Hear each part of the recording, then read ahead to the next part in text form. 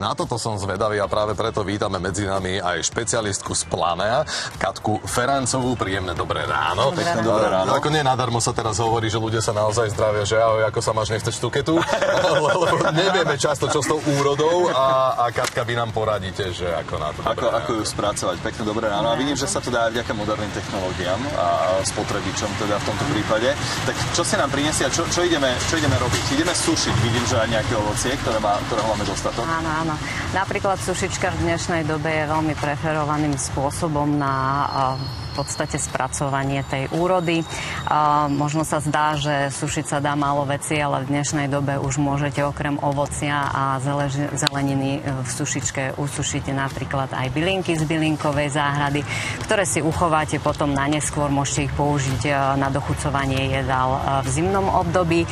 Taktiež si môžete trošku netradične, ale napríklad usušiť kvietky, či už do rôznych aranžmánov, alebo potom v podstate, keď pripravujete nejaké dezerty alebo torty, tak ich môžete týmito kvietkami v podstate dozdobiť. Takže máte rôzne možnosti využitia. Mňa to zaujalo, že koľko to má poschodí. Tak oni sú rôzne. Môžete si kúpiť sušičku aj s viacerými poschodiami, pokiaľ máte tej úrody viac. A dobre je, že môžete sušiť viac tých surovín naraz, či už sú to... Neovplyvňuje sa to, keby tam bola, že zelenina a ovocie a podobne, že nejaké pachy alebo niečo podobné, či skôr by sme mali ísť do jednotlivých úplne aromatické veci by sa nemali medzi sebou miešať, ale nie je to problém, pokiaľ tam dáte nejakú mrkvu. Skúste, poviete mi potom. Ale môžete si pripraviť zeleninové alebo ovocné čipsy aj na zimu k telke, dlhé zimné večery, takže je to vynikajúci spôsob v podstate nejakej prípravy, úpravy tej sezónnej zeleniny a ovocia.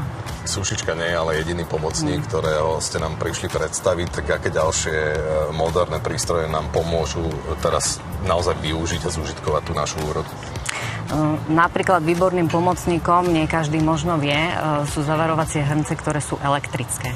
Poznáme štandardné zavarovacie hrnce, neviem teda, či práve vy, ale tak dámy určite, keď chcete zavariť... Áno, vyzeráme ako chlapi, ktorí väčšinou to robia ženy. Tak pozerala sa na mňa, Tomáš.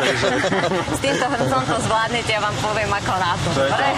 To je pomocník na zaváranie. Áno, tam si nastavíte v podstate len príslušný program a ten hrniec vám nastaví správnu teplotu aj dĺžku programu, takže jednoducho iba naplníte poháre, zatvoríte, vložíte a vysterilizujete. Hrniec vypne sám, nemusíte sledovať ani teplotu, ani čas.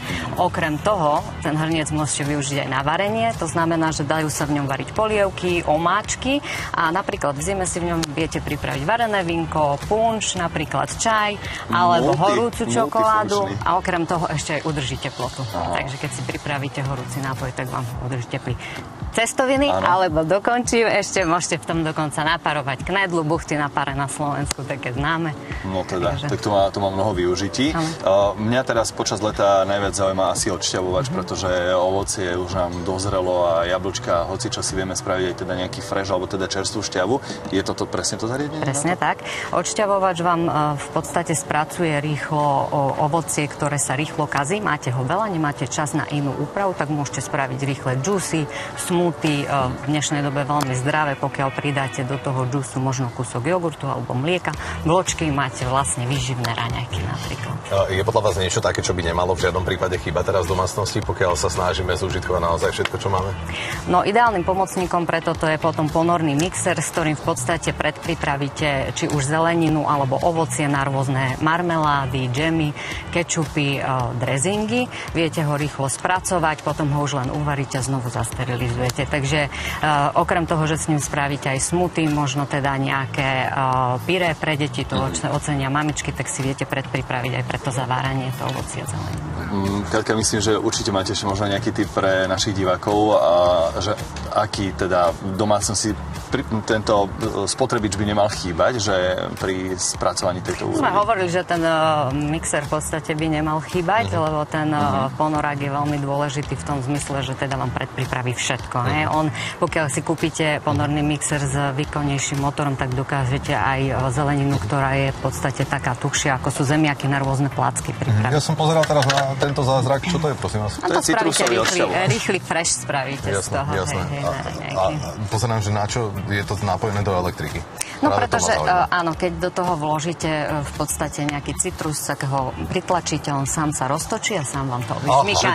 ty si ušetríš si šmykať, Áno, dobre, áno. na krajanie. A síce na to mám krajač. No dobre, ďakujeme veľmi pekne. No ale musím povedať, že ak by ste si chceli aj vy v pohodlí domov pripraviť chutné a zdravé sušené ovocie, zeleninu, bylinky či hríby, tak sa môžete zapojiť do súťaže o sušičku Senkor, s ktorou to hrávo samozrejme zvládnete. No a čo treba urobiť? Stačí kliknúť na facebookový profil Telerána a pod súťažný príspevok napísať, na čo by ste sušičku využili najviac. Výhercu vyhlasíme v Teleráne 19.